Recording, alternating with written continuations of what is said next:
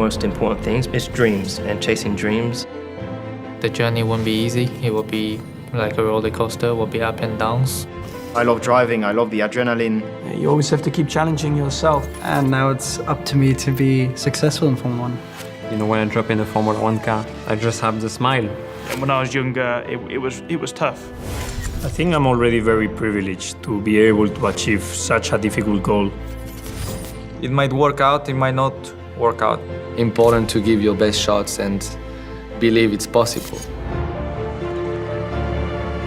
The biggest thing is to believe in yourself. To love what you're doing, to be passionate, because out of that, everything else will be born.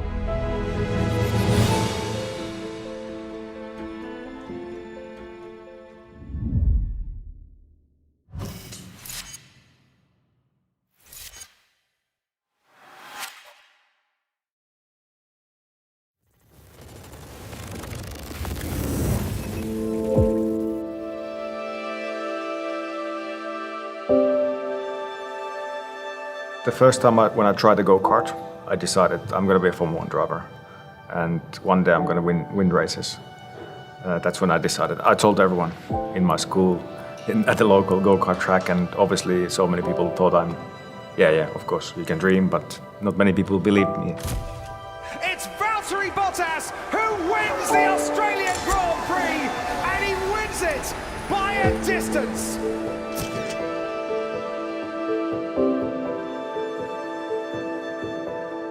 Just the start, so at that time it was only a dream. It was very far away from imagining that one day I'll be sitting here as a F1 race winner and talking about this. 24 ans, la victoire de Pierre Gasly, il l'a fait! You know, some kids say, I want to become astronaut, I want to become footballer, and they change. But for me, it's always been Formula 1 my whole life. Esteban Ocon is going to be a Grand Prix winner in Formula 1!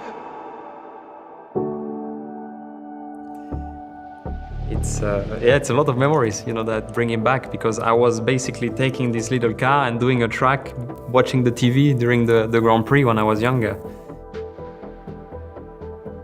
We started racing for fun.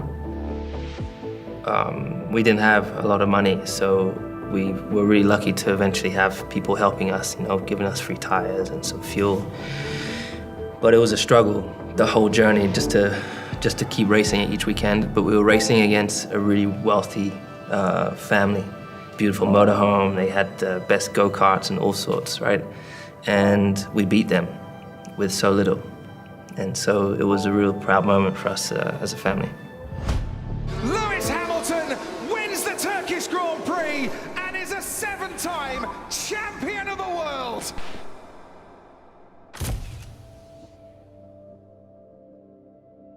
When I was racing go-karts, once in a year Michael was coming by and waving the flag to all the children and handing over the trophies. And for us, it was, our hero was coming down, and I was able to use the opportunity to do a picture together with Michael. So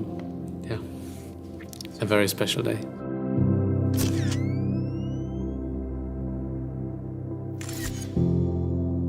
Is obviously me and my dad, one of the earliest races, and obviously these are my, let's say, favorite memories of racing, and especially racing as a child. And yeah, we always had a very good time, and I learned so much from him, and still stuff that I carry around very deeply when driving now, and stuff that really helped me in day-to-day life too. Mick Schumacher crosses the line to win the Formula 2 Championship of 2020.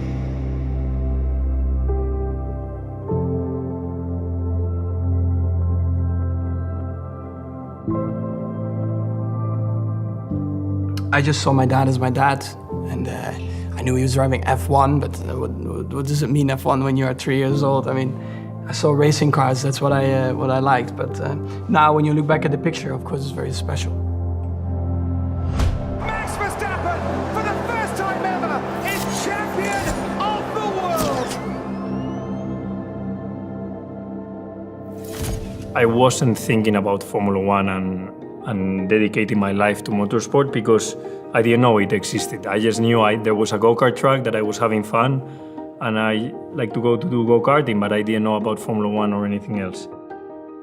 Karting for me was a great time, and I miss it a lot.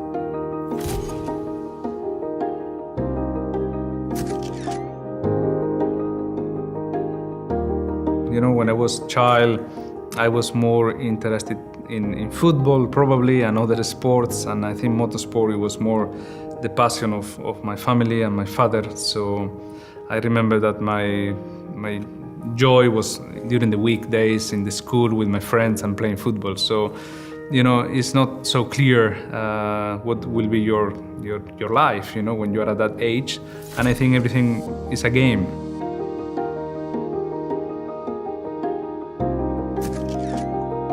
Yeah, that's Fernando. I know him quite well. Child, I was watching him and now working together alongside the same team. And then finally last year stepping his car for the FP1 session. It's like a progress of chasing the dream I was targeting very young. So yeah, every step forward and getting close to my very childlike idol of racing drivers. So yes, it's great, and I wouldn't believe a few years ago. I had no clue of what I was going to have to go through, but I was very convinced that this is what I want to do, and yeah, it's great to see this picture because it brings you a lot of memory, you know, a lot of moments with my family, with my dad, my brother. They were great days, yeah.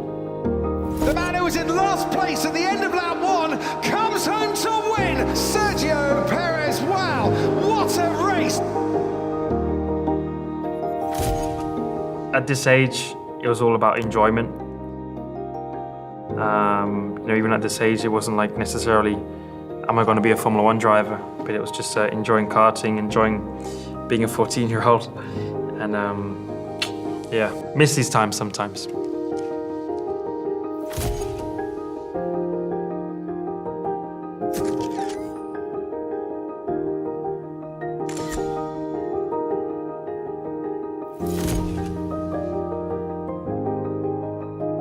Go-karting is where you learn everything about racing. You learn how to do the lines around the corners, how to brake, how to craft of racing. All those things are learnt from go-karting.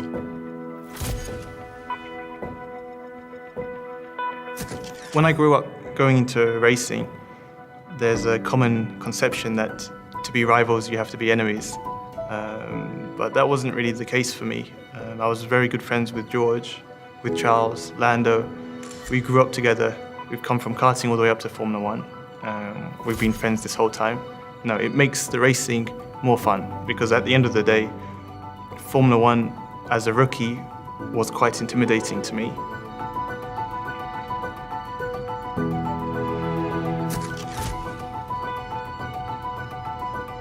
I was going to the track to meet with the friends, not like really like to become really like Formula One driver. I think my dad was thinking if we try to be real professional driver, you have to decide either you play or you focus. I think that was a good decision that he made.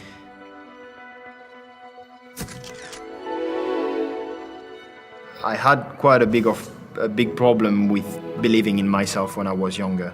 I was the type of person that whenever things were going well, I was saying it's thanks to the karting, and then whenever things will go wrong, I will put all the fault on myself. On one side, I think it made me a lot stronger mentally because I was the one putting the pressure on myself, but I think it had some negative effects on just the confidence that is needed in this sport.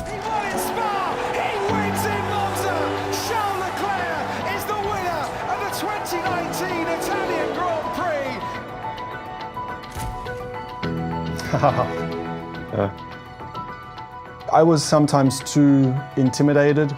I lacked a bit of self-confidence at times.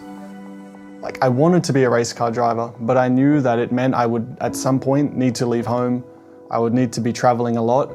It was not only on track was I like, okay, I don't know if I'm good enough, but also can I cope with the lifestyle and everything? I wasn't, didn't seem like my fit.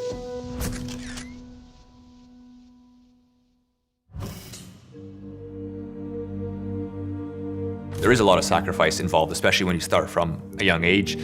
I started when I was a teenager, so like many other drivers, I missed out on all the maybe exciting things that go along with your teenage years. But when you love what you do, then it doesn't really matter what you're giving up.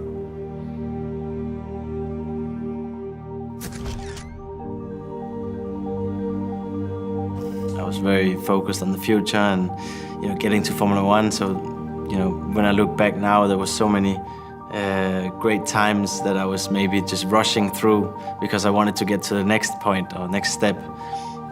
So just, maybe to try and enjoy the moment a little more.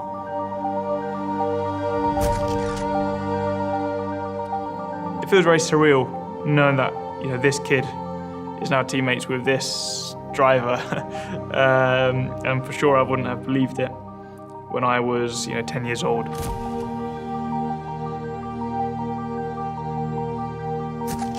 It goes to show what hard work and dedication can achieve.